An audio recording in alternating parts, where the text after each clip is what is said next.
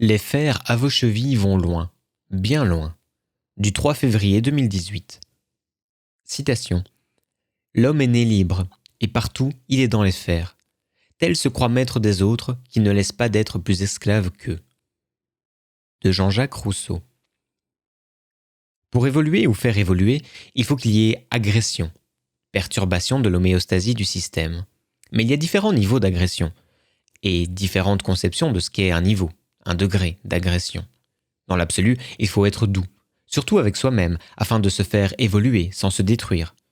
Avec l'environnement, les autres notamment, ce qui peut paraître doux peut parfois faire très mal, et ce qui peut sembler violent peut parfois respecter l'écologie du système qui reçoit la perturbation.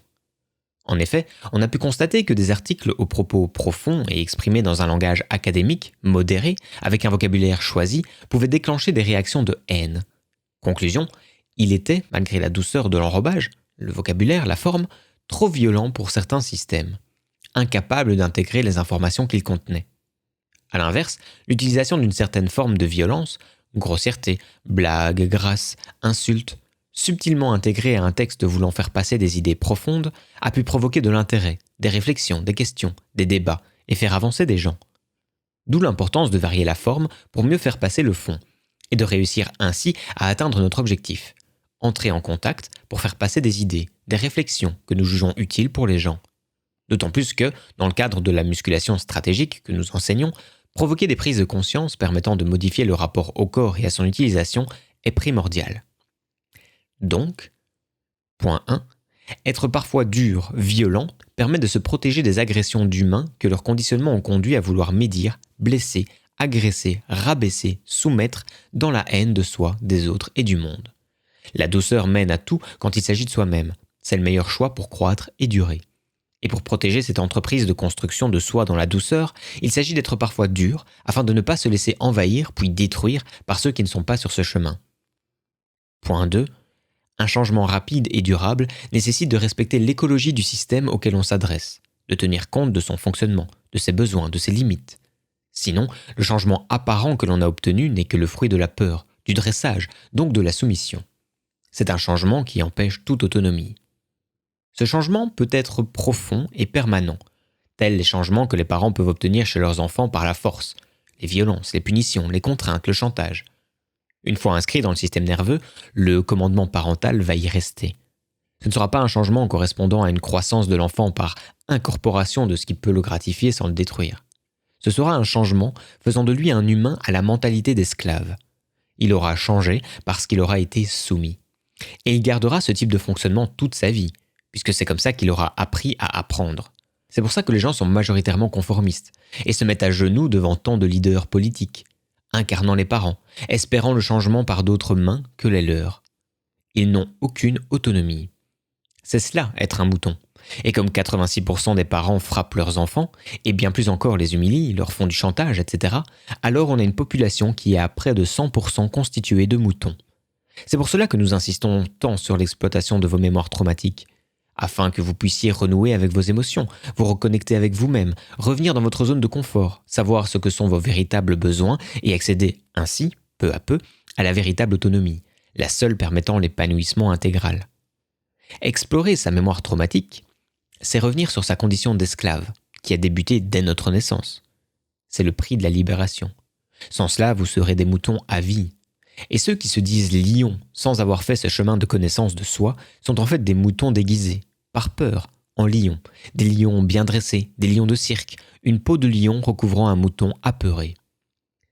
Compte tenu du dressage des enfants dès la naissance, où on les soumet par la contrainte, quelle qu'elle soit, sans jamais les respecter, compte tenu de l'habitude qu'a la plupart des gens de porter des fers au cou, aux chevilles depuis toujours et dont ils ne soupçonnent bien souvent même pas l'existence, se croyant libres, les messages de libération et de croissance passent souvent inaperçus ou sont violemment rejetés.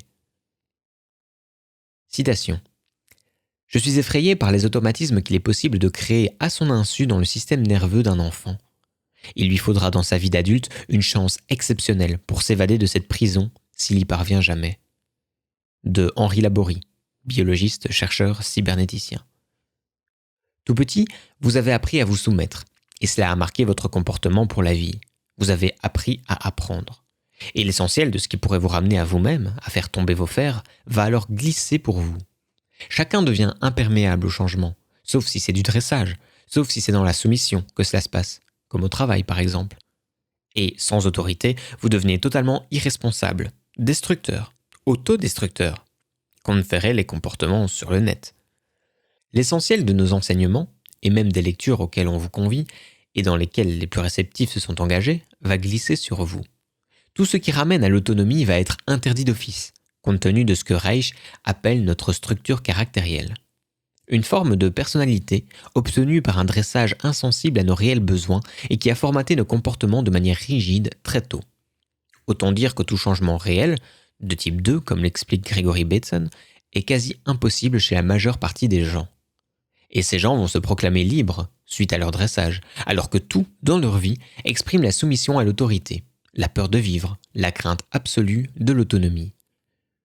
Vouloir libérer les gens de leurs fers et leur permettre à nouveau de croître et d'aimer la vie est en soi une entreprise bienveillante. Mais cette bienveillance peut utiliser divers outils, divers modes de communication qui s'avéreront, à chaque fois, écologiques pour certains et trop perturbants pour d'autres. Chaque fois que l'un d'entre vous juge la forme, oubliant le fond, et la juge pas assez écologique, n'est-il pas en train de simplement produire sa résistance au fond ?